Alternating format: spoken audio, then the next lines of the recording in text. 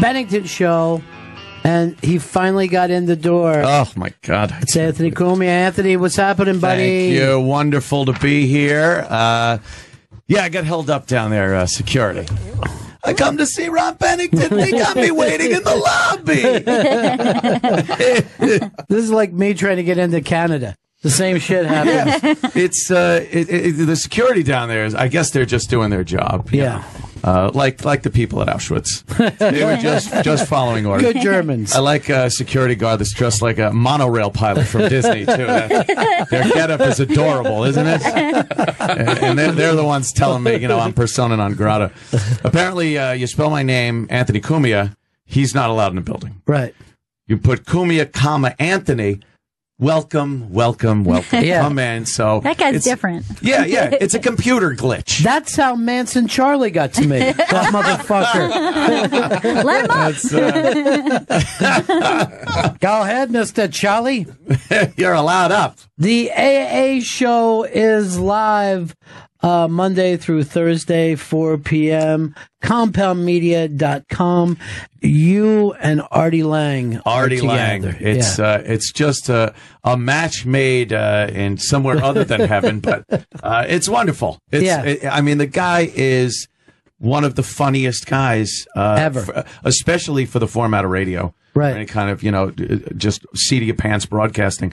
The guy's hilarious. I remember the day that we introduced it, when you finally announced. Me and Jimmy were sitting around for 2 hours waiting. Yes. And then he comes in and just fucking crushes all three of us. Yeah. I mean, I looked around and everybody else is just pounding the fucking thing. And that's Artie. He's just, he's been on the biggest radio show that ever was. Yeah. And, it's an amazing combination. It did a lot, especially yesterday's show reminded me a lot of the old days here, when I would have to just cringe, hide my face, and try to keep the guest in their seat. Right. And not have somebody chase them out of there. Yesterday we had Chris Hansen on, of course, from To Catch a Predator, and one of the greatest reality shows ever. And Artie's just sitting there, and I'm cringing. He asked him, do you fuck kids? What do? You fuck kids? I'm not familiar with the... Not quite familiar. He knows something about kid touching and Chris Hansen. That's all he really knew about. That could get him a show. Yeah, you touch kids, you got to show what happened. And then he arrests himself. Yeah, right. And then you come in, you have all your guests arrested. Terrific. That's terrific. Honey, why didn't you tape that for me? I like to watch that show. Yeah, and he told him that Jared from Subway is a good friend of his.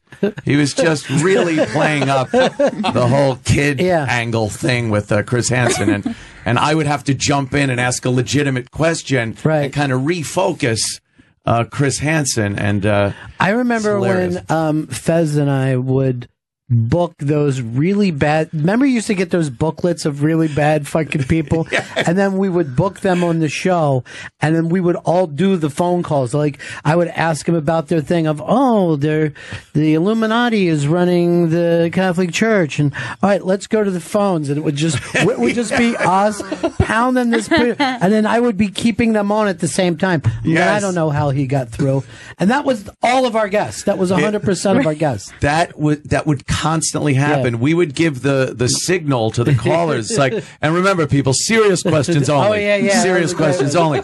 And they would start calling up. And your mission as the host is to keep the guy from hanging up, literally from hanging up on you. It was one time we had Donald Rumsfeld on the phone. When he had his book come out, and this, the Secretary of Defense, one of the most powerful men in the world during the Bush administration, and Louis C.K. was in there, and Louis would just ask him, are you a lizard person? I've seen on the internet that you and a lot of these upper echelon people are actually lizards. And I'd be there, Mr. Rumsfeld. Now, during the first Gulf War, when Yeah, so I saw pictures where your eyelid comes in from the side, and it's goddamn, Donald Rumsfeld. I'm trying to keep him on the line, and that was so much fun. And that definitely yesterday reminded me of that. But it's different if the person is there. You know what I mean? Yes. Like you can do anything to somebody on the phone. We're so brave, right? When the phone, guest is on the phone.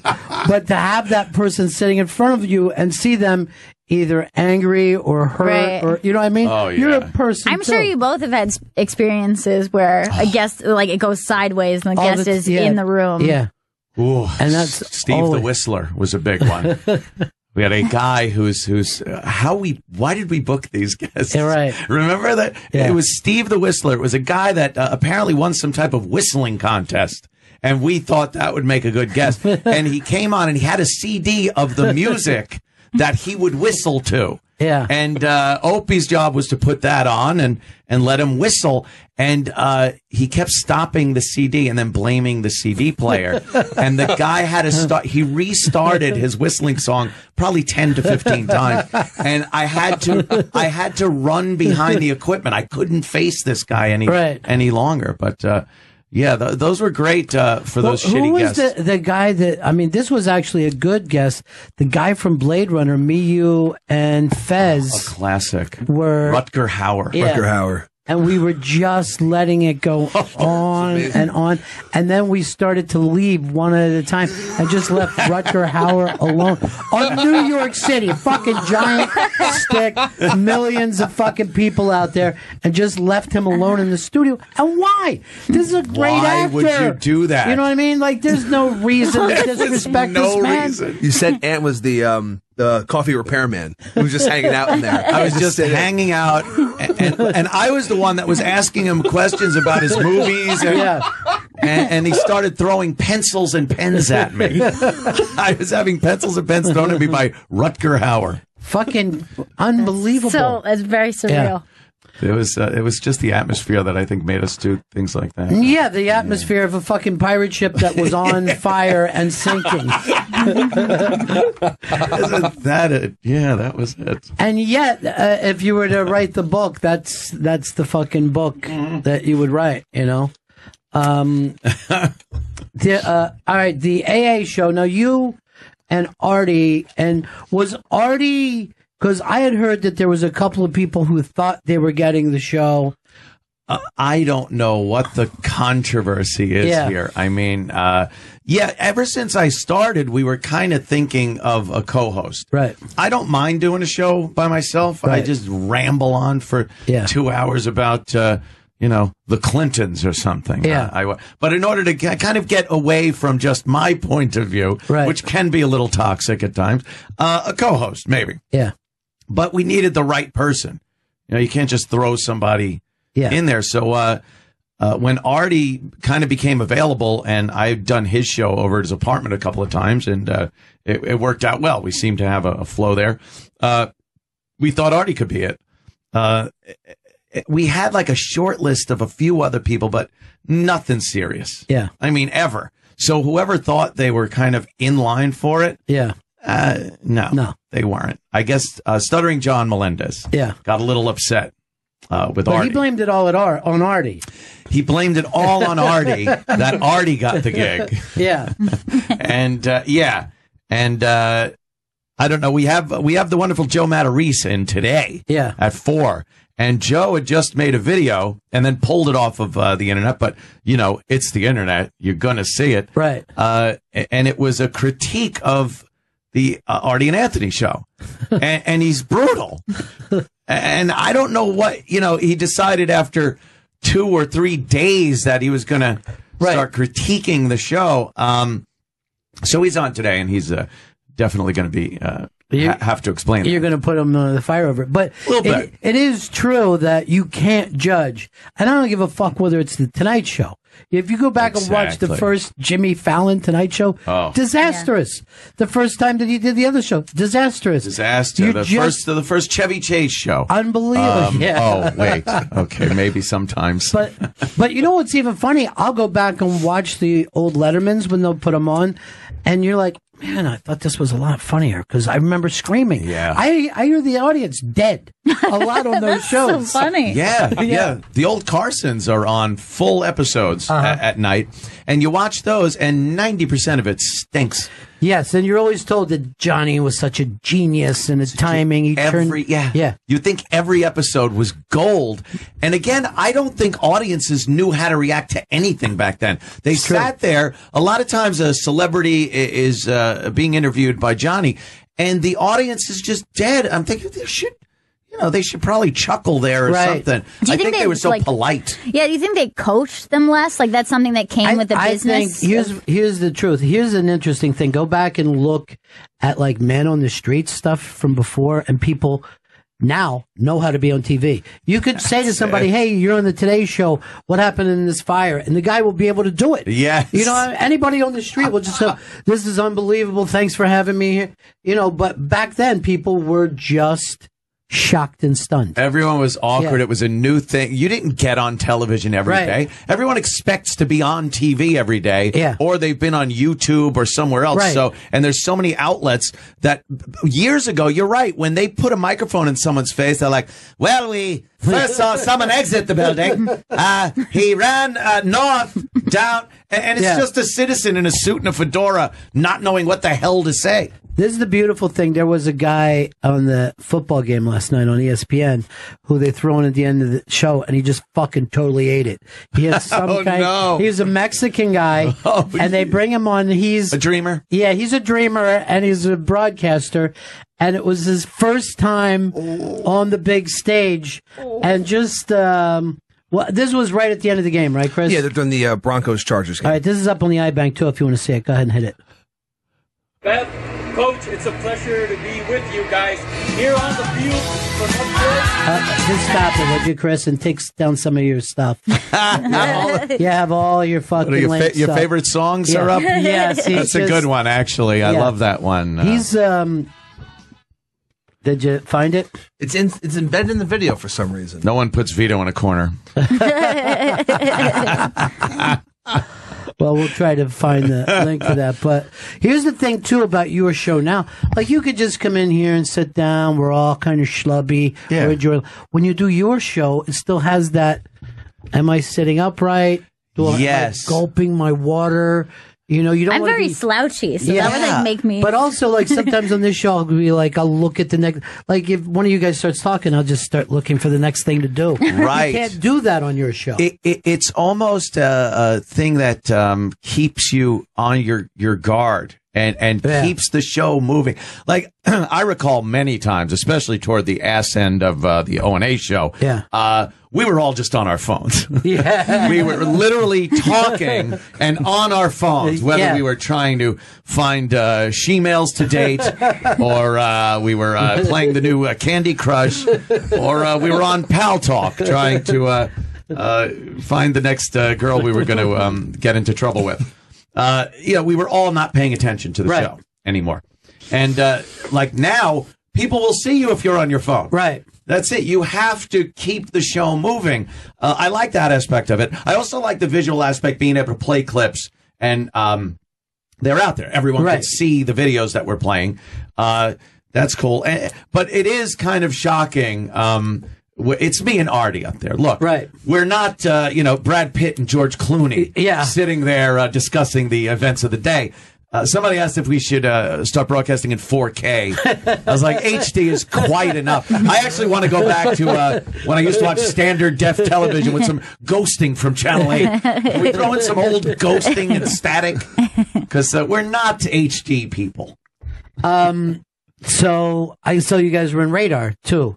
Yes, Radar. I don't know what it is. Everybody wants to just pile on and bring people down. Remember they used to put people on a pedestal and then tear them down? Yeah. Well, now as you're climbing from the bottom of the bed, they're just ripping you off the damn thing. They don't even want you to get there anymore. Yeah. So, we all know Artie's had his demons, and, he's dealing with a lot of stuff that he's been going through for years. This isn't a surprise or anything. Right. And, I love the fact that he's coming on and doing the show, and it's something for him to do on a daily basis. Right. It's great.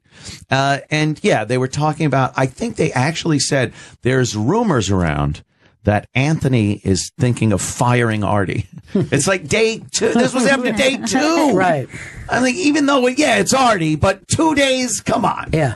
Give me a break. And the AJ Benza actually messaged me and said, you going to squash these rumors about Artie? I'm like, what rumor? I didn't even hear about them.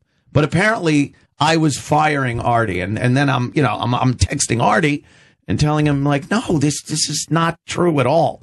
Well, you're not a corporation that you can be bruised if Artie has a slip here or there. It doesn't matter. Right. I was forced to start my own company, my own broadcasting company, to avoid things just like this. Like I had to be on some platform where I absolutely couldn't get fired. Like it would be very difficult for me to get fired at this point. And Artie being on there, if he's funny and he's showing up every day, that's it. God bless. We're doing a show. Radar Online. Go fucking talk about anyone else that actually has bosses and people that give a shit. So Artie couldn't do anything that would make you fire. Nothing. Yeah. I love having that kind of freedom. People talk about freedom of speech and the ability to talk about anything. I'm like, yeah, I love that too. But part of that is not being able to get fired for stupid shit. I could say horrid things on Twitter every night. I do. And he could miss a show or two, and whatever. We'll roll with it. I love doing the solo shows every so often. I've done them before. I'm not going to sit there and go, what do I do? Right. I'll cancel the day because I don't know how to talk for 2 hours. If you're in this business for over 5 years, I'll give you 5 years and can't sit in a microphone and carry on a semi-entertaining show for 2 hours. Get the fuck out of the business. Well, someone said to me, how long could this show last? I go, who cares? You know what I mean? That's the show. You know what I mean? Who cares? Who cares? Yeah. If it's 10 years, that would be something. You know what I mean? I'll be more baffled if we're like, hey, it's the 10-year anniversary. Should it be like those shows that the writers and producer and everything haven't marked end to it? Yeah. Like we're only going 3 seasons. Yes. And then we're stopping it. Yeah, that's hilarious. Maybe do one of those. Yeah. So there's not this constant expectation. We never even knew that was a thing until like the English guys started to do that. Yes, like The Office, of course. The Office. It was like Gervais is like, we think we couldn't do any better. You're like, what? We'll run the American Office for 14 years. Do we love milking something until it's just dry as a bone. Great shows that started out amazing mutate into these horrible versions of it after some of the stars leave. They just keep fucking pumping the chest, trying to keep it going. That Charlie Sheen show where there's just another guy. It's not even Charlie Sheen. No, they tried bringing in like Ashton Kutcher, and then there are some real disasters. Like All in the Family started out this amazing, irreverent, fantastic show, and it ended where everyone was gone except Archie. He owned a bar and he had a daughter. Hispanic. A Hispanic daughter. And every episode was a special episode. And it just sucked. Happy Days ended up being some kind of thing where it's like, is this supposed to be the 50s? Well, the fact Bill got the dry look from Gillette. And Potsy is still hanging around with the little kids. Potsy's like, let me sing this song. It's the creepiest thing ever. They all just turn into these because they, the money's still there. Yeah, the money's still there. If you're fucking Archie and you're driving to work on a bag of money, you're like, I'm gonna just do this for a while. Carol, we're thinking of doing, All in the Family in space. I'll do. Oh, geez, there, I'm on the moon there. He'll just do it. He don't care.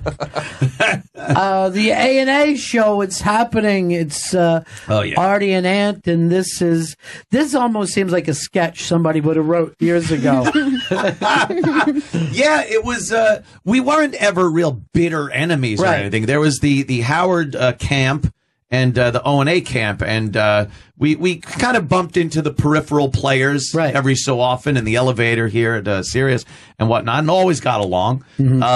I don't know why it got to such a vicious level with the I think there were some people that were a little more concerned and involved in the fight than others. Yeah. Like I had the pleasure of running into Howard down at the Borgata. Mm-hmm. We were sitting at two different poker tables that were next to each other, and it was a very pleasant exchange. It was no problems or anything. Running into the guys in the elevator, I've always had a good relationship with Gary and Fred. Right. It's just not a problem. And even when they were goofing on us, I remember a bit they were doing where I guess Opie had left or something. He was mad at me and took off. And Artie started doing this Someone Else and Anthony show. And he kept throwing in different people, and it turned into animals and plants and stuff. And it was hilarious because Artie doesn't stop. No. Artie just keeps going with something, and it gets funnier and funnier. And I laughed my ass off, and I told him it was hilarious when I saw him in the halls one day. And, some people get a little more upset with things like that. Yeah. So then, years later, the fact that we are both together doing a show is very odd. Yes, it should have been written in a sketch. But it's very fucking, it also makes sense at this time. Yeah. Because how many guys know what it's like just to come in, slug it out like this? Yeah. So, there you go. Look, there's Artie right now. Artie! What's happening, buddy? You look great, man. Good to see you. Ladies and gentlemen, Artie Lange! Gail. How are you, sweetie? Good to see you. How you doing, buddy? Anthony Cumia. What's up, man? How you doing? Sorry, I'm late. Yeah, we were just talking about the old days when there was this weird battle between the two camps here, and I never really bought into it. I never met you. I don't think we ever met. I think we bumped time. into each other in the hallway One once. time, yeah. And I was actually complimenting one of your bits you did because Opie had left the show for a few days, sabbatical or something. Yeah. He was angry with me. That's hilarious. I was eating grapes on the air or something. And you started going to this Someone and Anthony show. And you kept going and going, and it was hilarious. Yeah. And, some people thought it was hilariously funny. Others got a little upset. Well, you never know what's going to make people mad. I knew you don't want to make funny people mad, and you guys were funny. So I said to myself, because people would tell me what you guys said, I'm like, oh, yeah. The worst is the translation when fans translate it. Oh, that Anthony was really funny. He said so, and then it's not funny. You're like, I don't think Anthony wants you to tell me this joke. Get a tape of it. Yeah. Like I had a manager once who would make Mitch Hedberg unfunny. He would tell me a Mitch Hedberg joke, and I go, I don't get that. He goes, it's really funny. I go, you don't do that with my material. That's why I'm not getting work. Are you out there doing my jokes? You tell Les Moonves my act? That's why you're a manager. Oh, God. I would get that because your fans were my fans too, or our fans. But you're so right about the difference in time. I can't go that way anymore when I get out of the door. Yeah. I used to be able to go just that way, and now I can't go that way. It's weird. Yeah. That is amazing. Yeah. I actually rode up in the elevator with Scott Greenstein. Really? Yeah, he got on the elevator. I got on. I'm like, hey, how you doing? How'd that go? Nice, very pleasant conversation. It was nice. Did he tell you about when he produced Pulp Fiction? I saw the poster in the office. Yeah. He's a Hollywood guy. It's a different type of business, but I guess he's doing well. He's been here a while. Yeah, he has. Longer than us. Yeah, he has been here a long time. We had a brief stay. Well, now, Artie, how you liking doing the show with Anthony? Is it fun? Well, we've done 4 days of it. My God, it's so much fun, man. Yeah. Every day something happens that is like the hardest I ever laughed. I switched the red meter, the red line of hardest I ever laughed every day. It goes to another level. Twitter seems to like it. Yeah, that's the fans really, and the ones that get me are the ones that were really kind of doubtful at first. Right. They were either fans of me or Artie, and not really, and had this misconception that if you put us together, one is going to fuck up the other one. Right. And it's like we're fuck ups on our own. Yeah. Maybe together we'll make one winner. Together we'll make one really like Cousin Brucey or something. Anthony Cumia and Artie Lange are in studio with us. The AA show is live Monday through Thursday at 4 p.m. East. Go to compoundmedia.com. And AA, I did Nick DePaul, so I had NA and AA. But Anthony has no ego. It's like his name was in the title of an iconic show, you know, and I was just sort of a sidekick. And the name, my name is first because of the rhythm. It just sounds better. I think just, the two-syllable name always works better before the three-syllable name. There's just the way it works, and it works. I went for years with the, Anthony and Opie, and people would say Opie and Anthony. I haven't done it myself. They just couldn't spit that one out. People wanted for us opiate and Anthony. That flows too. But I mean, you know what trumps all of what he just said? Ego. Like, there's no ego. He's just always smiling. I don't care. I just don't fucking things, shit like that. I can't even fathom. Stressing. People having a problem with shit like that. Who cares? So the answer is it's a blast so far, you know. Yeah, it's a lot of fun. I was talking about yesterday with Chris Hansen. Oh God, I don't know if you really wanted me to stop because you're friendly with the guy. No, it was so goddamn fun. It was reminiscent of like the old shows when someone would come in. Like, but we asked. Of course, yesterday was the anniversary, the solemn anniversary of September 11th, 2001, and Chris Hansen being a newsman. I asked him what he was doing on September 11, 2001, and Artie asked him, "Were you fucking kids?" And we were on the top of the Trade Center having sex with was anyone having sex with a child on top of the Trade? Kids' ass on the world. It was just, and he was a good sport, though. Yeah. No, there was an audience there. He has this great idea where there's bleachers. Anybody who wants to show up comes and sits. Some days there's one person, some days there's it's great. So all these cops and firemen were there, and they were laughing. So as a comic, I'm playing to them. As long as they laughed, I kept doing it. You know? Right. Yeah, and they only laugh at the most upper crusty type of humor. Cops and firemen. Yeah. Thank you. And ass fucking. Yes. That is true. The difference between a comic and a broadcaster, a fucking comic will throw everything away. Right. If it's getting left. Everything goes out. Until you're stores, commercials, time you're supposed, who gives a fuck? Right. Yeah. I get laughs. Yeah. But now you have that freedom that, when you work for a corporation, you really... You do have things that have to be taken care of. Yeah. There are things, responsibilities to the corporation and the limits that they'll put on you as to what you can and can't talk about. It's terrible. It's stifling. And these days, there just seems to be more of that out there because regardless of even the company you work for, like, who's the sponsors? Do they have a problem? Right. Yeah. Do they own, the car company owns the pretzel company that advertises on it. You don't know. Too many people involved. Yeah, you say something and it trickles down 5 people later, you're being called out on the carpet. So I love the freedom of just being able to go in there, whatever the fuck we want to talk about and however we want to talk about it. That should be on the advertisement. Like, we have no bosses. We have money coming in and there's no bosses. And if there's no one telling us not what, like Snapple isn't upset with the kid fucking bit. Yeah. And if there were 2 people that you would think should probably have a boss, someone there to. But Ronald, you're a stand-up too. You're a great stand-up, and I worked with you a couple times in the stand. I realized how good you were. So you know both worlds. Yeah. And it's just like, I don't give a shit what Snapple's. I'm a comic. I'll keep going. So for comedy, I think we're the perfect 2 guys not to have it. For corporations, no. Now, speaking of, you're going to come in and do a mashup with me when you come on stage, right? Yes, I am. I've done a couple of these little events that you have down at the stand and whatnot. And you had great time. You have great timing. Oh, my God. And I think he should get on stage more. I really do. I just never really gave that thought. Well, now he's rich. It's a bad time to tell him to do that. Maybe he needed rent money.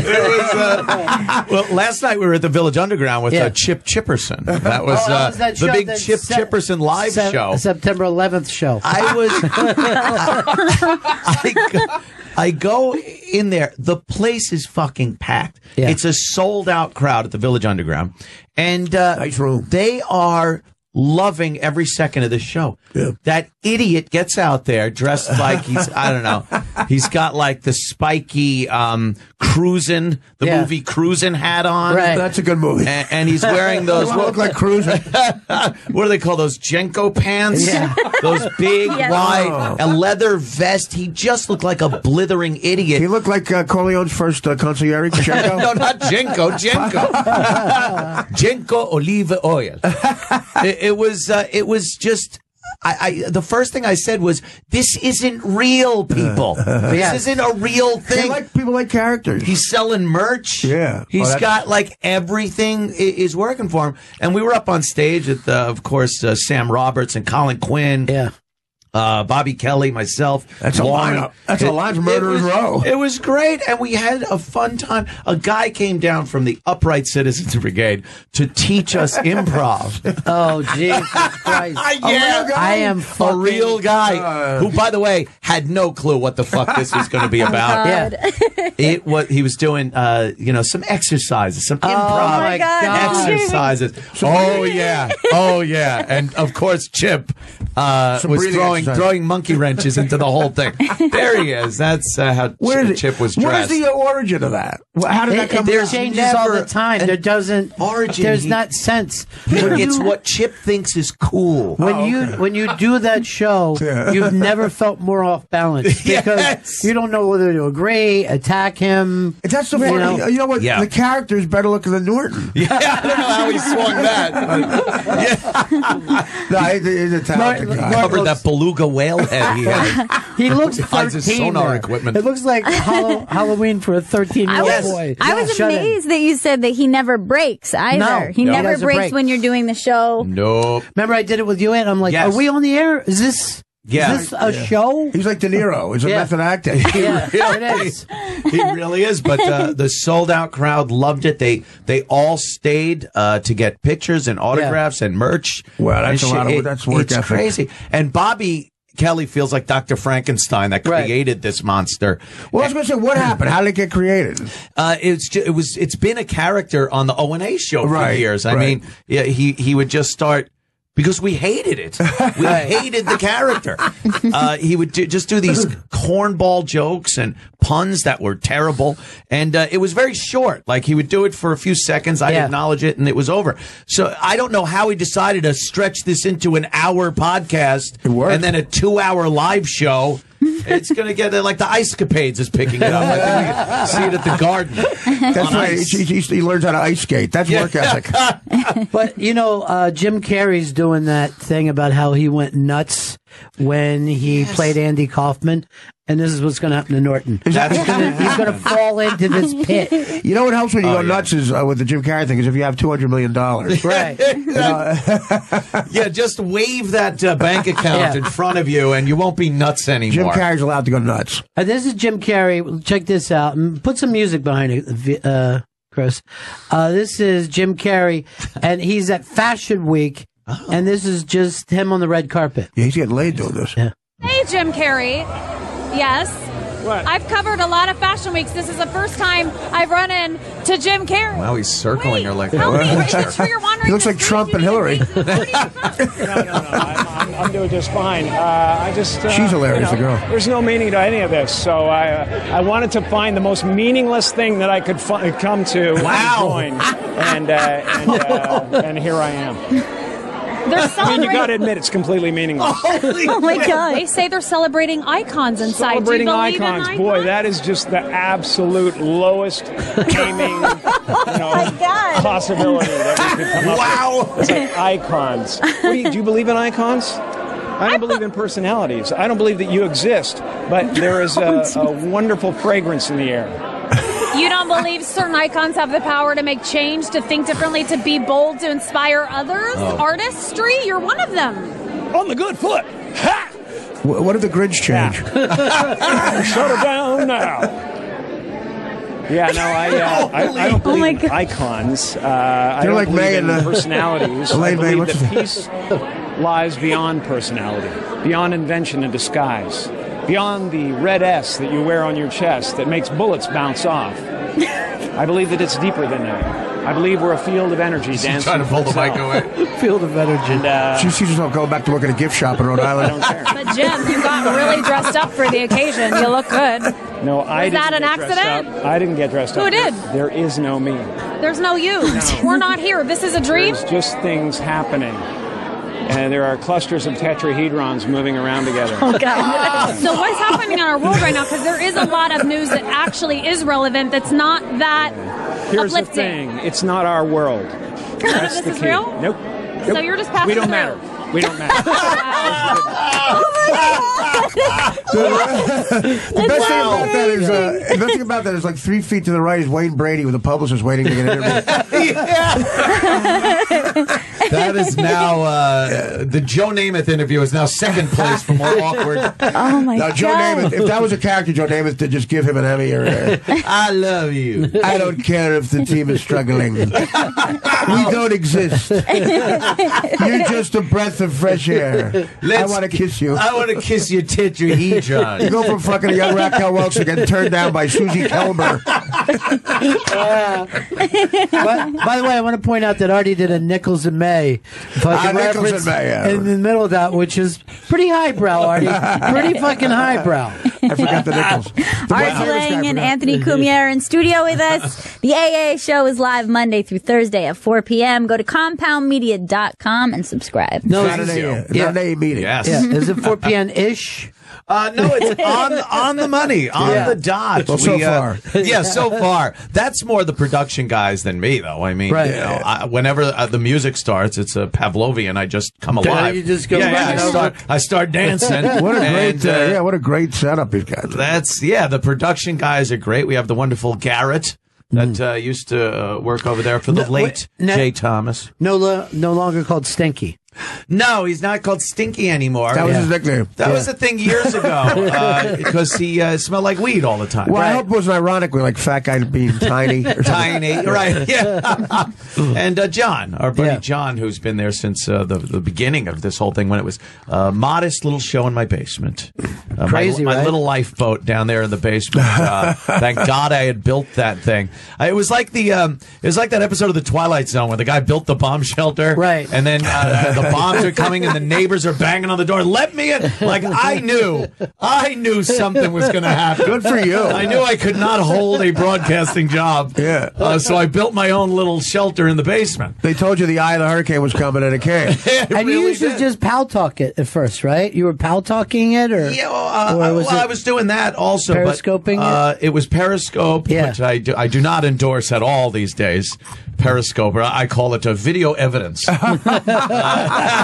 I forgot that. Yeah, I hate everything's on tape. That's terrible. Oh, that's the problem. Is you just don't know what is being recorded and where. And there was a certain girl that would record, like just broadcast things on Periscope. When I was doing the show from my basement, I actually had the Legion of Skanks come on and do their show from my basement. Yeah. And it's not like the Legion of Skanks comes over, does a show at my house and then leaves. Right. They all jumped in the pool like the scene from Caddyshack. Yeah, no, they stay. They stay. You got to get an above ground pool. They won't make it in. And they're swimming around in the pool, and then the same girl is just periscoping their conversation. And of course, what do you think they're talking about? Right. Chicks and this and that, and things that is supposed to be privileged info. So yeah, people that do that, that's despicable. Their on-air stuff is libel. Yes, yes. Never mind what they're saying off air. Yeah, no, I mean, that's true. Everybody you meet now is a cinematographer. They all got like video and stuff, a photo album, like a videography, right? And it's very scary. Like John Gotti could never work nowadays. Oh my God. John Gotti had a guy in his crew named Angelo Quack Quack Ruggiero, and Quack Quack was called that because he talked too much. Oh shit! You don't want to be that. No, I'd love to see John Gotti when his guy goes, "Hey, Quack Quack opened up a Twitter account." He's tweet. Quack. Tweet. You send them in here. Yeah, you don't want to be that guy. Wow, you think about things like that, like organized crime. Sure. In today's day and age with social media. They're all tweeting. That would be a bad thing. You're tweeting out the body. That's why, I mean, most things were like when we were younger, you couldn't even imagine what Mick Jagger was doing with his life, let alone to be able to tweet to him and expect a response. That's what's always shocking to me. And the imagine thing is always better than what he's really doing. Yes, exactly. Because let it be a mystery. We knew what celebrities did when they were on Carson. Yeah. We got to see them. And when they were performing, like a band live, you went to a concert, that was it. Right. Or you saw a star in a movie. But other than that, you did not see them. Right. I guess that's why those magazines did well, like the Star and the Enquirer and stuff, because that was like a look into their personal lives. But now they're, hashtag my lunch. Right. Yeah. And we get to see what fucking, But, at least the Star was... J-Law is eating. At least the Star was fictionalized to keep the buzz going. Right. Not see how dull they are. Like you would say, Led Zeppelin fucked a woman with a shark. Right, yeah. And no one fucking tweeted it? Yeah. Where is it? Was it a bull shark? Oh, my God. Tiger shark. Oh, what? Yeah, you walk straight ahead. Yeah.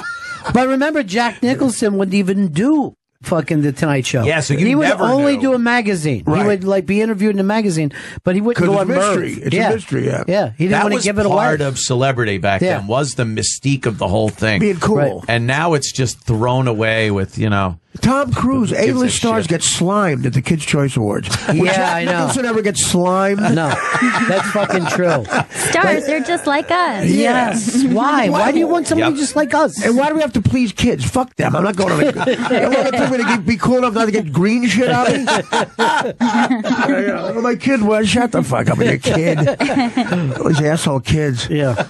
Artie Lange, Anthony Cumia. They're live Monday through Thursday. I love it. 4 p.m. Eastern. You're like the guy in the rap group who just yells Brooklyn every once in a while.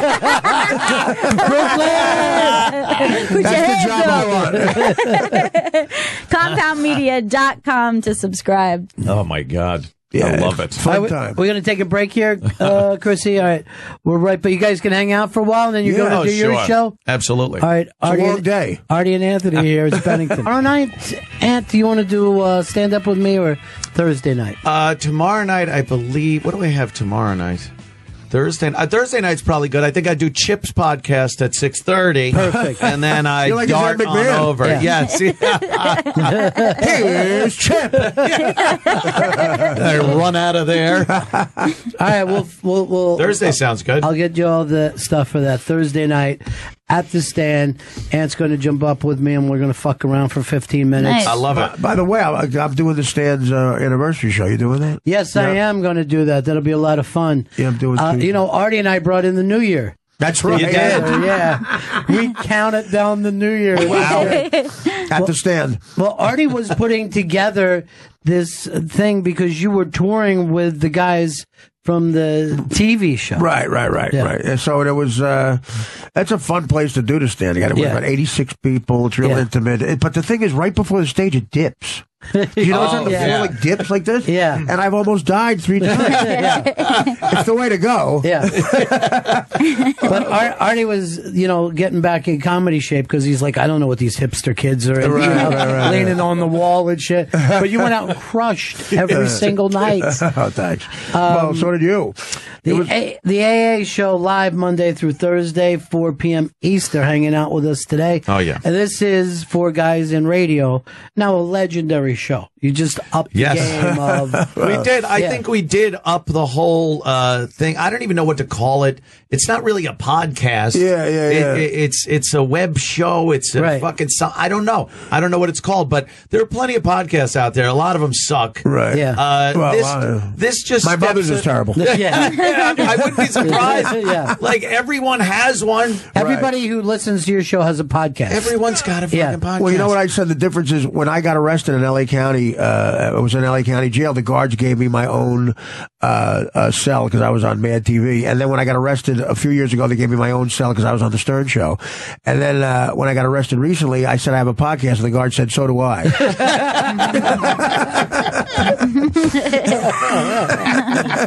So I was in with another guy. Yeah. Gen Pop. But I know it's fun. Fun place. You don't want to hear that, right? No. But it's fun. I just know it's a lot of fun going in there. Yeah. Absolutely, funny, man. You know? Yeah, Gen Pop. I do recall my incarceration. You have a story about Gen Pop? Yeah. When they put you in the bigger cell with a bunch of the people, and all I'm thinking is like, I hope none of them really know everything I've tweeted and said over the course of the years. Why is that? Yeah. Well, difference in politics might be good way to put it, Artie. Thanks. Difference in politics. Yeah, I don't like your tax plan. It's a weird thing, and no matter, you always try to put on this air of tough guy. Right. And there's nothing you just can't you can't just muster that up. But you always think a bulletproof vest would have been nice.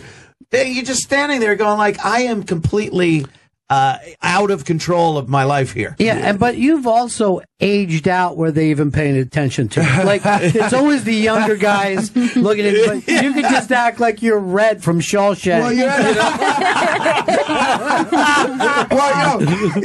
at that good age where bad age maybe. No, good age where you're not going to get fucked, but you get beat up. I'll take that. Yeah, sure. You're not attractive anymore. I would take that. Fucked or beat up, I beat the shit out of me. I'm not supposed to be here. The key to surviving in jail is the first day. Here's how you survive. The first day you want to give a really bad blowjob. Same thing in marriage. Yeah. Same exact thing in marriage. It's a little toothy. Oh man. Yeah.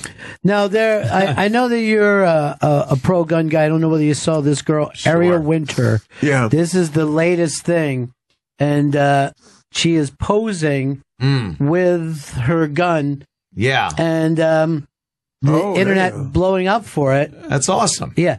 Now, this is also one of those girls that grew up on TV, so you're supposed to be slimy if you dig her now that she's legal age. I don't subscribe to that. You don't go for that. I'm like, anything goes. Come on. After a certain age, anything goes. Well, even a neighbor girl? Well, first of all, I've never gotten hard so quick. Now, Vito, this is your girl, right? This is the one you're crazy about. This is my number one. Do you like her with a gun or without a gun? I like her with anything at all. This is even better. I feel like, I don't know, it just seems like she'll just force me to do stuff. Okay, so that's what you want to be. You're a bottom. So yeah, because like you're a real bottom. Yeah. Now, what was you're she? A rock bottom. What did she used to do? She's Modern Family. She's still on there, but she was a little girl when the show started. And she was supposed to be the unattractive one. So she was like, her older sister is the hot one. You know what? Is that Ed O'Neill? That's his granddaughter on the show. Oh, she's a big time actress. Yeah, big time. Yeah, like the blonde girl from Family Ties. Right. She was supposed to be the ugly one, and then she grew up to be the uglier one. Tina Yothers.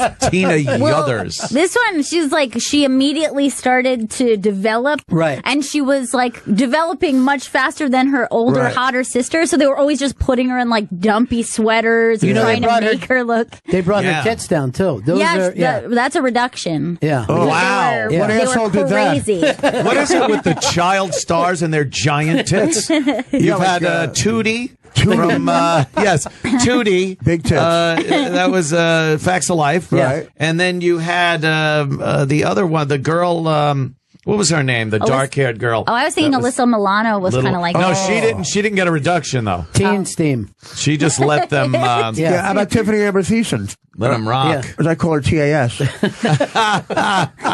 Punky Brewster. That's the one. Punky Brewster had to have a reduction. Breasty. She had 4 knees. Vito, who was the one that was in here?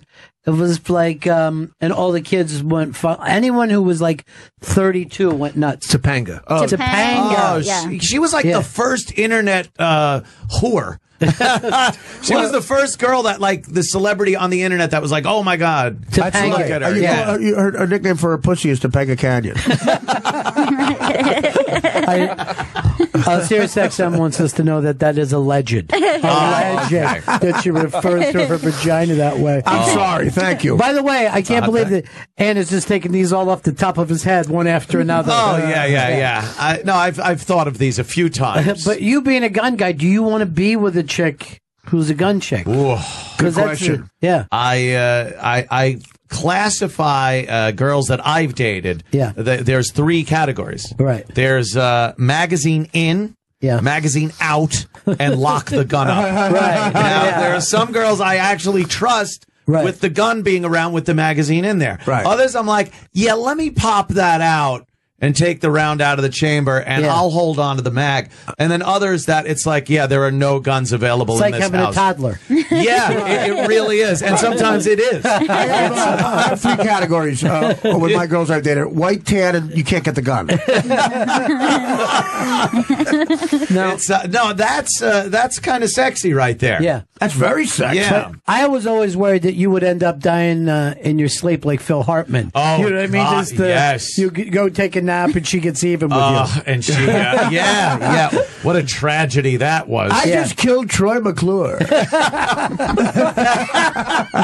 You might know me from being alive. Such when you're in character when you're killed. It is frightening. But there's another thing that you can do.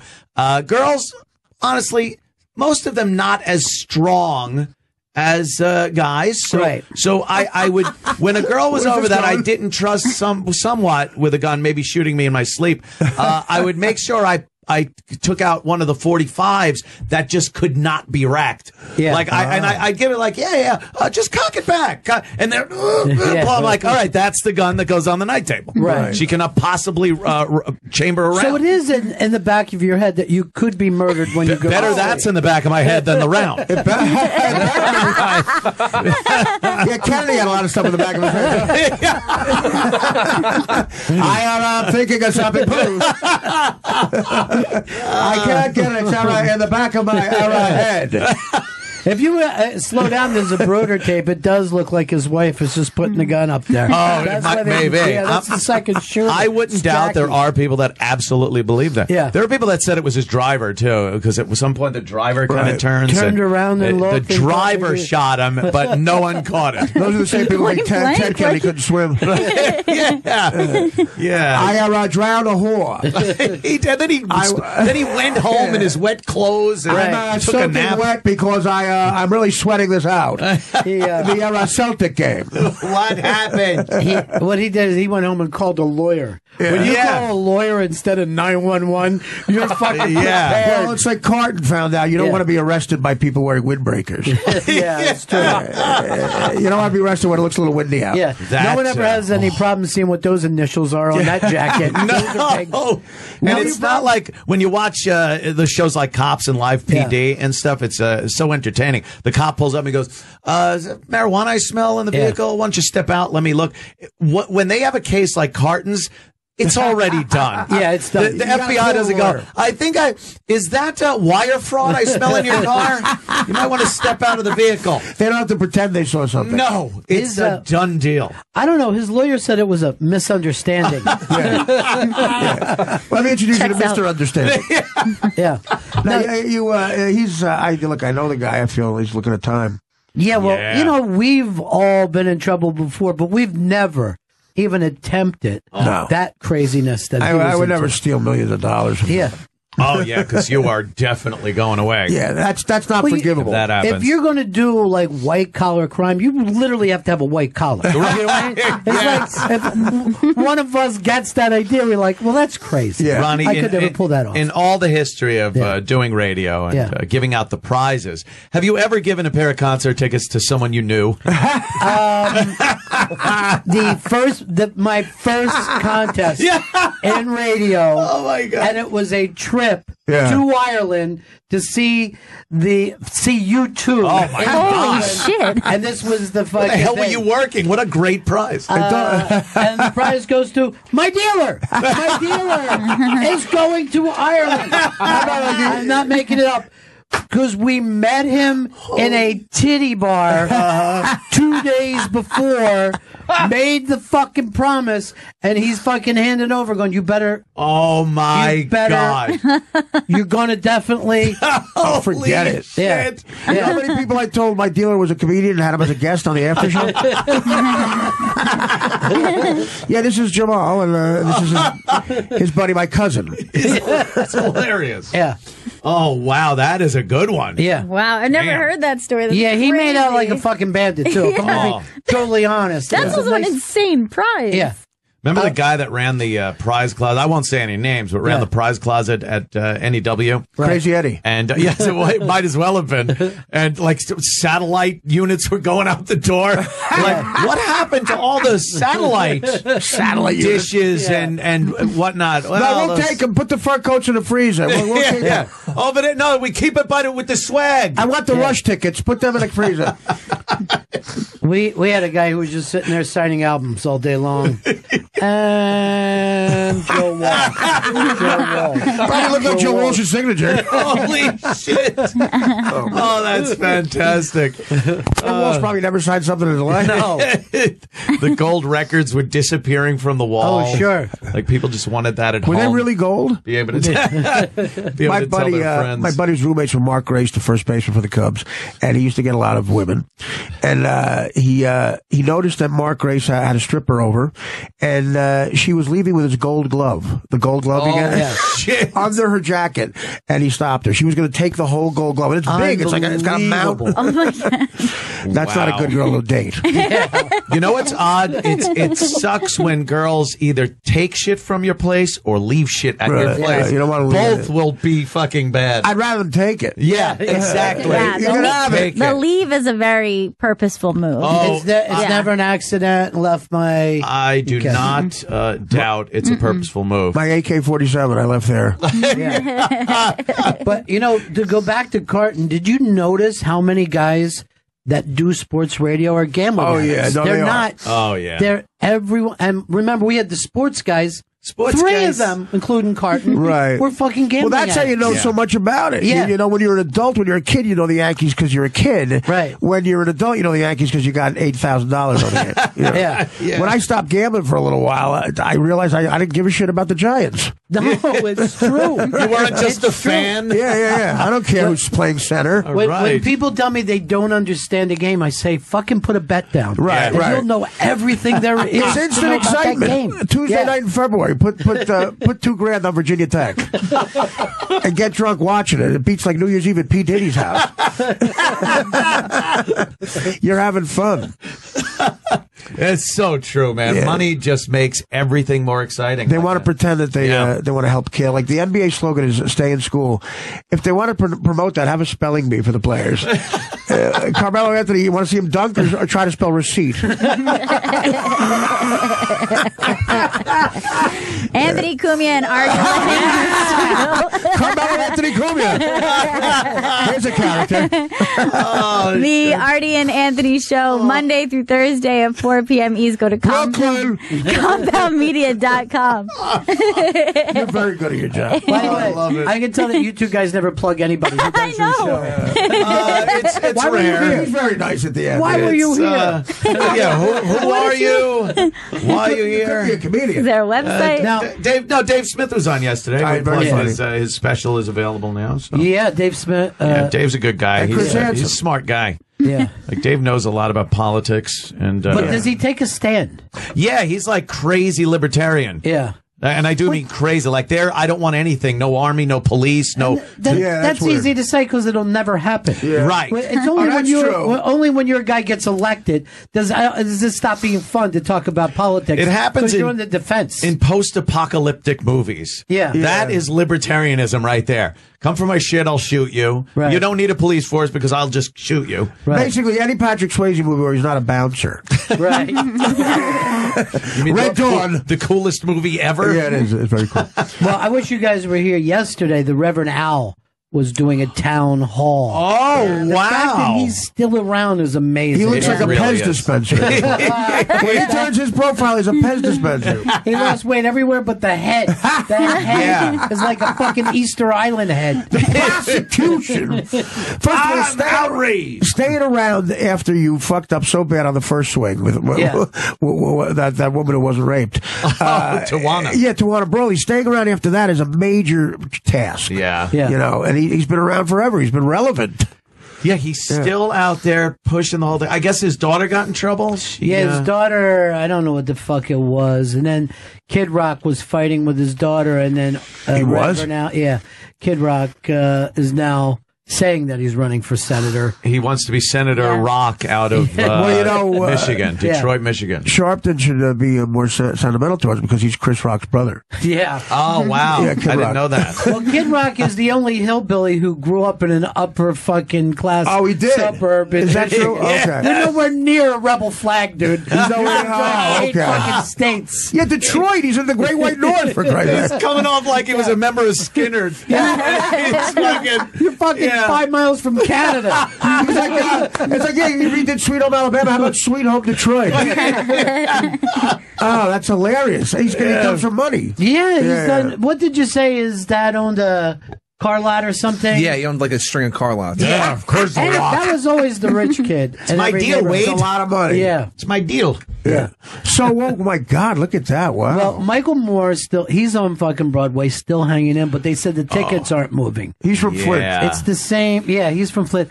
These guys, they've hung around for a long time now. You know how bad of a businessman I am. 3 years ago, I opened up a water park in Flint, Michigan. Skeletons were coming down. Right. They were actually hurting their head when it hit the lead in the water. I need 80,000 bottles of Poland Spring. There's a fat kid going down the slide. Kids are going down the slide and their skin's fucking coming off. Is Michael Moore's thing on Broadway just him standing there and pontificating? He's standing there and he's saying no cables and wires like that Spider-Man show. That was great. It's Yul Brynner. Yeah. The King and I, yes. Yeah. But apparently he's against Trump. So that's very shocking. I didn't know that. Yeah.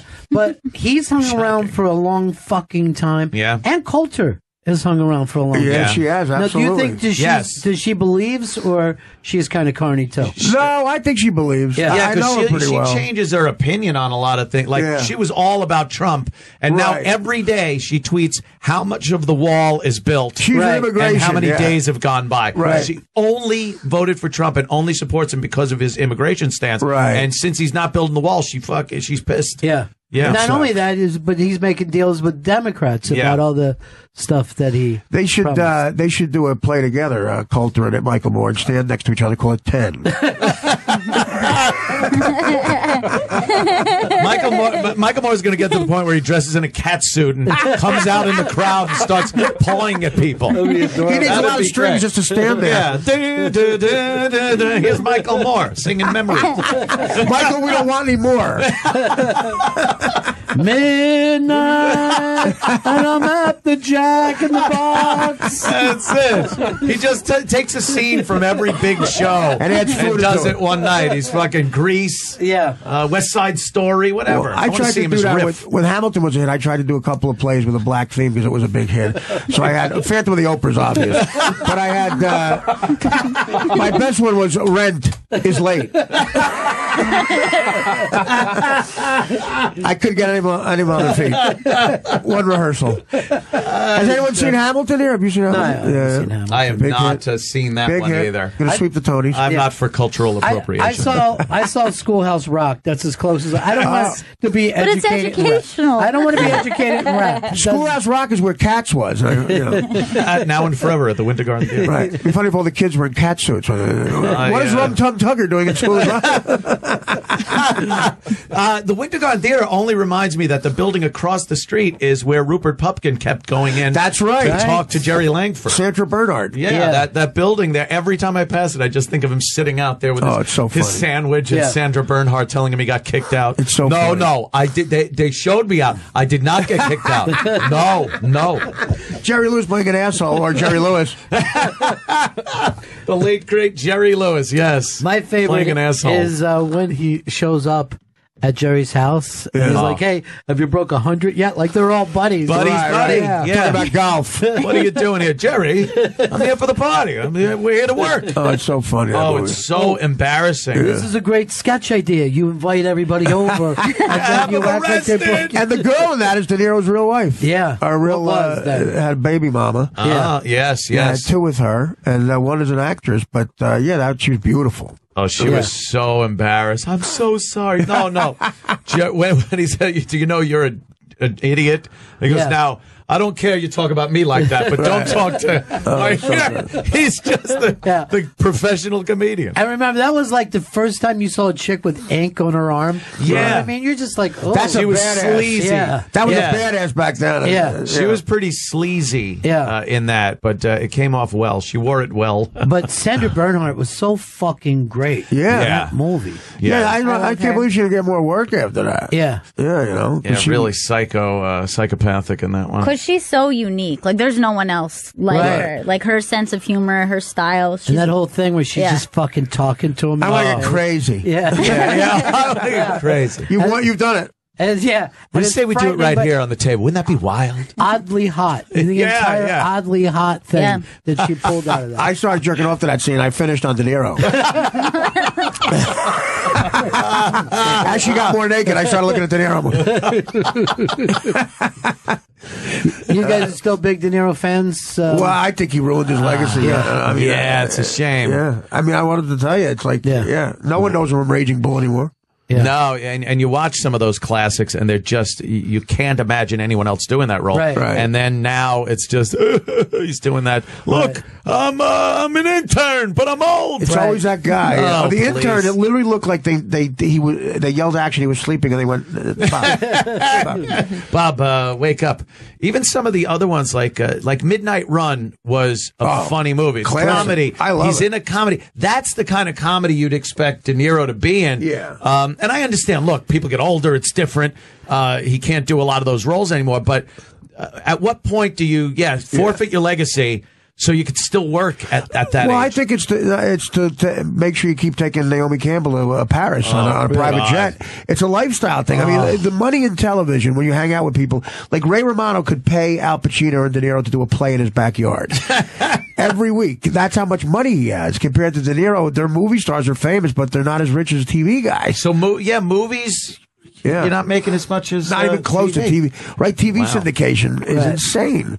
Romano, Seinfeld, and because it keeps coming in. It keeps coming in. Never ends. You still get that Mad TV money? No. It keeps coming in? No. I don't have the deal they had. Oh, son of a bitch. But can you imagine if you still had money coming in from old radio shows that you did? Oh, my God. Absolutely. It's like, well, Like, but those things just get tossed out. Like they were cat shit. Well, it's very current. It's current. I just got a royalty check from the time we had a phoner from Arnold. That's great. Yeah, it goes away. You're right. Yeah. Just take it out with the garbage. Here's where Eddie from Queens was in traffic.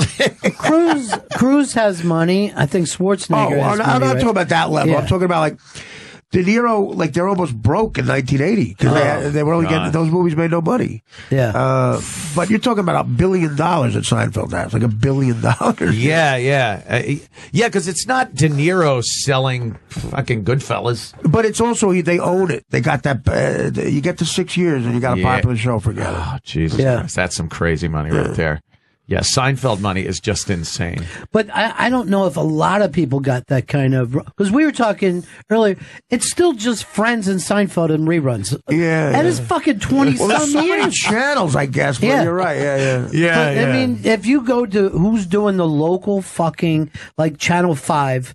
You're going to get 4 fucking Seinfelds in a day. Yeah. The other channel has 4 fucking Friends. I do love those stories, though, of you hear how the entire cast of Gilligan's Island was just broke. They died broke. And that fucking show was the Seinfeld of the 70s. Yeah, it was. Like, that was on every day, multiple times a day. And there's, Gilligan having to open a mall with that hat on.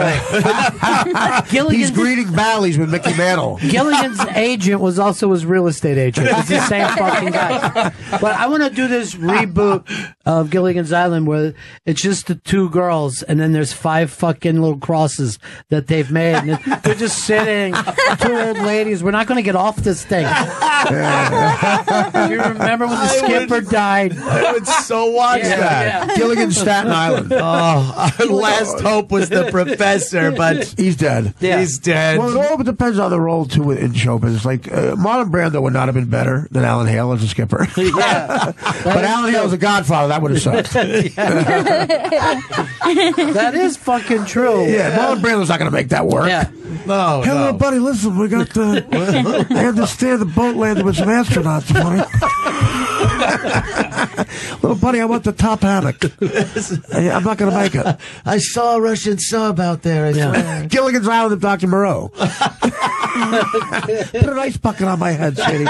Just, I'm feeling a little hot. Can you get Ginger to put an ice bucket? I just feel hot. I feel hot. The Gilligan's Island of Dr. Moreau. That's the funniest shit. Gilligan, you're an errand boy. Sent by clerks. Sent by grocery clerks. Are there groceries? Have you ever seen like the director's cut of that when they're in that fucking French house? Yeah. It was just on the other day, and I'm going, what the? How fucking high were they? Unbelievable. When they shot this. It's an entire movie unto itself. Yeah. Is that the Hearts of Darkness? The heart of the documentary the about? documentary is in it, yeah, but then they call, I think it's Redux. Or, Redux. Okay. Yeah. And it's just like they're going down the island. Then they get off and they're in this nice French estate. Right, they were maniacs. Yeah. When they left the USO show with the girls and everything, they went back into the river, and that was how the movie continued. Right. With this version, they go back, they fuck the strippers that were on stage at the USO show. It's a crazy, like, long scene. Those were maniacs making movies about maniacs. Yeah. Yes. The amount of money. Remember, they constantly, like every week in the newspaper, you'd hear about how much money Coppola was spending. He was broke on that fucking movie. On coke alone. Yes. Well, he was broke at the end of it, right? Yeah. Another one. Yeah, broke. Yeah. Making Apocalypse Now. So he had to do the Dracula. Yeah, and this is a guy who had money from The Godfather, which was both of them, both of them. Yeah. It was like the fucking 2 biggest fucking back-to-back movies of all time. Godfather 3, that's why we got that. Yeah. And then I say the Godfather trilogy on CD or DVD is the best thing to get for a party because you watch 1 and 2 and do coke off of 3. I always, whenever I watch The Godfathers, I break it up with the conversation. Right. I try to do it in the exact way that he made films. That's easy. Have you ever sat through the epic, the whole thing in chronological order? Yes. With the additional scenes? Yeah. You need a good 8-10 hours Right. to watch that. But it's pretty fascinating. You actually get to see where Clemenza gets the cannolis. Right. Sits down and eats. How you doing over there? Sometimes editing is a good thing. Yeah. You know any good spots on the west side? Good spots. Maybe make you disappear. But it is true. No matter how you see a film, you never like the director's cut more. You're just like, well, the first way I see it is the way I see it. Like that. I don't want to go back and see Blade Runners where other shit's happening. Yeah, I don't want to see the version of First Wives Club with Jon Stewart in it. That's a classic story that he got cut out of the movie. Yeah. He was in a big part of that movie. Maybe that's why he was so angry at me. That's right. I forgot about that. Jon Stewart. The new Blade Runner is coming out, and I guess Harrison Ford's in that as the same character. As the guy who dies on set? So is he. That's his new thing, too, right? To come in and put the character to bed. Why not? That's it. Why not? Just kill off every single version of what Indiana Jones has to be at some point. It's got to. Did you see Harrison Ford yesterday in front of the tunnel? Fucking classic. What'd he do? So this is... the Lincoln Tunnel? Yeah, so they're if he crossed traffic, I'm taking him out. They're trying to fucking leave town. And his driver gets in a fucking dead lane, right? So go to the video. So Harrison Ford fucking jumps out of the car. Yeah. Is it the Lincoln Tunnel that they wreck us? It's the Lincoln Tunnel, yeah. Did he run through the tunnel with a big boulder chasing him? That would have been cool. All the way to Jersey. But can you imagine you're fucking heading back to Jersey and you see Harrison Ford? That would be pretty awesome. In the middle of the fucking street. That is people which way to go. It was Midtown Tunnel. Midtown. Midtown. Okay. All right, It's going out to Long Island. Little Harrison Ford spotting out there. There's an ad in front of it, but it's coming up now. Okay. Yeah, A-listers, they don't go to Jersey. They go out to the Hamptons. Who's maybe going to Silver Cup Studios to do a little work. Oh, there you go. Oh, Silver Cup, perhaps. yes. Which is where I shot Crashing. I'll bring back that plug. Are you excited about season 2? I actually am. Yeah, I think it's better than season 1. Wow. As far as my performance. Chris, give it a pause first. Okay. All right, let's get into it now. So you got to turn up the audio on it too, Chris.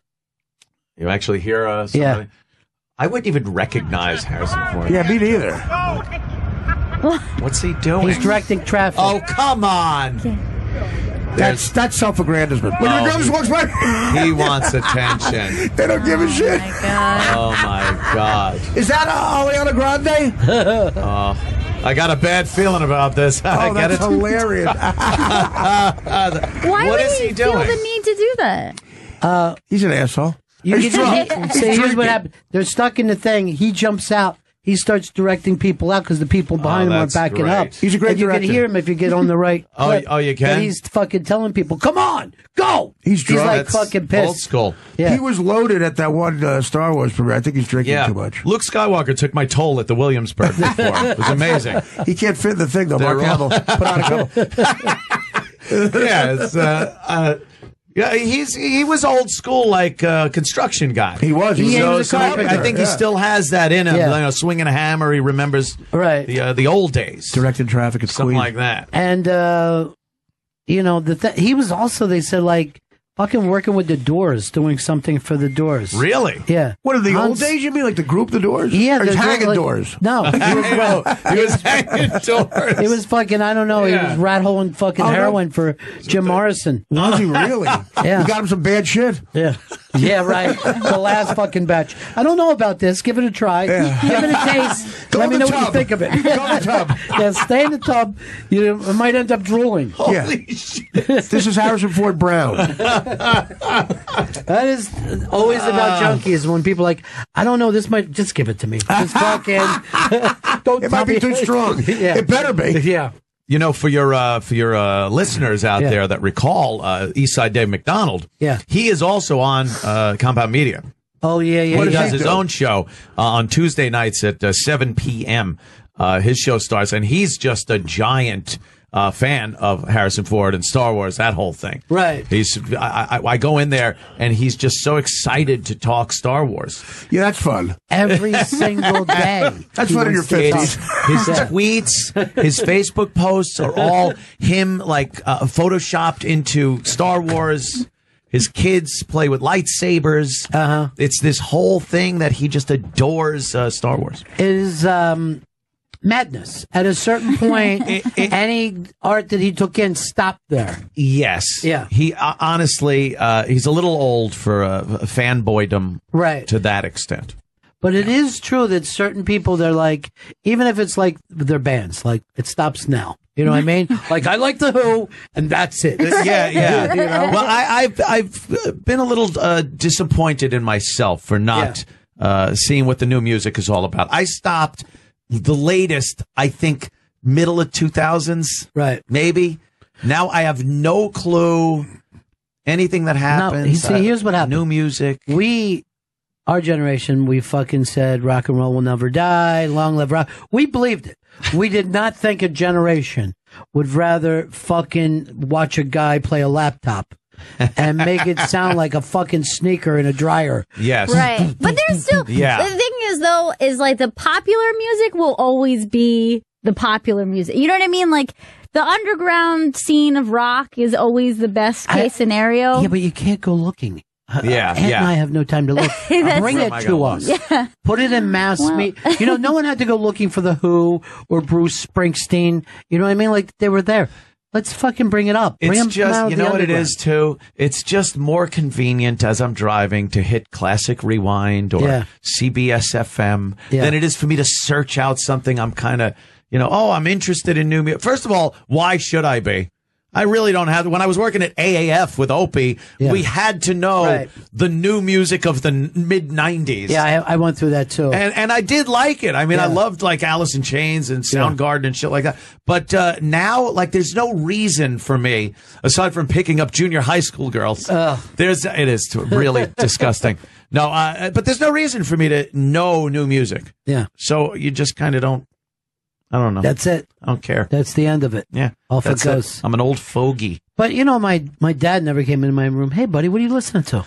Yeah. What is this fucking shit right here? Yeah. Who's this? Huh? That's pretty cool. Yeah. Devo. Huh?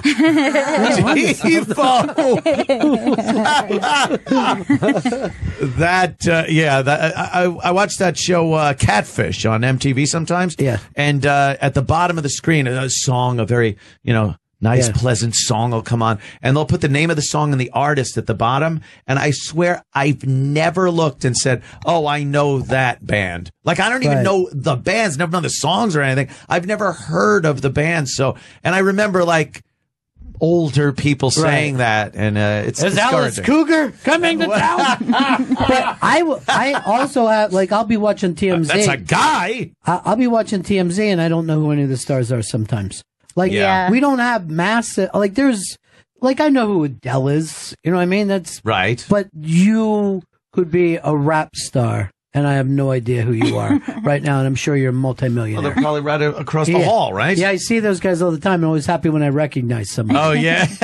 Because Sway gets people every day. Oh, yeah. And they all come in with another fucking 80 people. Yes, there's a huge entourage with rappers. And they frosted the windows, I see. Yeah. They don't want you peering in. Well, what happened was they want for their pictures. They didn't want do straight video. Also, rappers are constantly videotaping each other. There's a camera crew always. Pictures are flashing. Like, there's like at least 7 people recording. You sure those are pictures flashing and not the muzzle flash of a firearm? What was the station that they used to fucking shoot it out all the time? Oh, that was like Hot 97. Hot 97. Hot 97. Where they would fucking light each other up during a fucking... Oh, my God. Yeah. Every day it was like when Don Corleone went to get fruit. Yeah. Well, what would happen? Someone would come in to play their record, and like, hey, they would show up unannounced, and they couldn't understand why I couldn't go on the air right then. You know what I mean? Like, and they got a little disrespected. Yeah, they felt disrespected. A little disrespected. They started to fucking go at it. And you have to start slinging some lead. Yeah. Get your respect back. All right, good. Trump said he's going down to Mar-a-Lago on Thursday to check around his shit. Somebody told him that his shed blew down the street. He's got to get right back down there. Is that it? He's got to clean out the basement? That would be great to just see him down there. Yeah. Him and the First Lady are picking up boxes. Oh, these are pictures of John Jr. Oh, no. Did you see when he was trying to help load trucks? And he didn't it was great. It was fucking great. Pickup trucks are coming up. He's putting one box in, and then he's like, thank you, have a good time. Like, he just has no idea what to say in those situations. Have fun. Fun? I'm surviving. He said he handed it through the window. He put it in through the window instead of in the back of the cab. In the bed. But they fucking forced him to go back down and like hug babies. You know what I mean? Like, we're still doing that shit that's not obviously pandering. Like I look at all that now, and it's so obvious what they're doing. Whenever you see a sincere moment out of any of these people, you're shocked. Or Pence acting like he cares about anything. Oh, please. All he's going to is like, you think they're going to get rid of him? Because I'm ready to go. I do think they really were on top of this hurricane thing with both of them. Like, it worked out. They really, I guess what Trump sent an aircraft carrier over to the Florida coast just to blow up the hurricane, I think. Can we do that? Is that possible? All right, we got to wrap this up. Oh, my God, I love it. Where did Artie go? Well, Artie, I think, there he is. Here he comes. He'll be here long enough. Were you nervous for him, Gil? Yeah. Artie, we're wrapping this up, buddy. I just Just with the great Fred Norris. Yeah, did you? You're back in. Fuck Anthony. That's it. Fuck. Freddie is God damn. one of the greatest guys. Yeah, ever. he's one of the. I'm gonna have to the Anthony and Baba Booey show. Jesus Christ, That doesn't flow. no, it doesn't. Baba Booey and Anthony. I don't know who goes first. on that. Never get to go first. Your whole career. That's one of my favorite moments in the history of my life is goofing on Gary for that first pitch. Oh, that pitch was stunningly bad. One of the worst first pitches ever. His kids found out they had two mommies that day. Ron, I love you, man. Yeah. Buddy. You're the best. And I'll see you at the stand coming up, right? I'll see you at the stand, and me and you at the stand. I'll see you Thursday night. Awesome. All right. Make sure you plug it on your show. So yes, I will. I'll come by too and hang. So I'd love to do that. Yeah. All right. So Thursday night, I'll be at the stand and look for more dates with Artie there. To me, it's an amazing thing. Yeah. To fucking watch Artie Lange work out in a room that size. It's crazy. I had the best fucking... him doing that and Florentine was putting together a special. It was fucking hilarious. It's a fun time. Comedy's a fun scene now. Because of guys like you. And girls like you. Oh, that's very nice. All right, AA show Monday through Thursday, 4 p.m. East, compoundmedia.com. And then we'll see you guys again you, Ronnie. in 1974.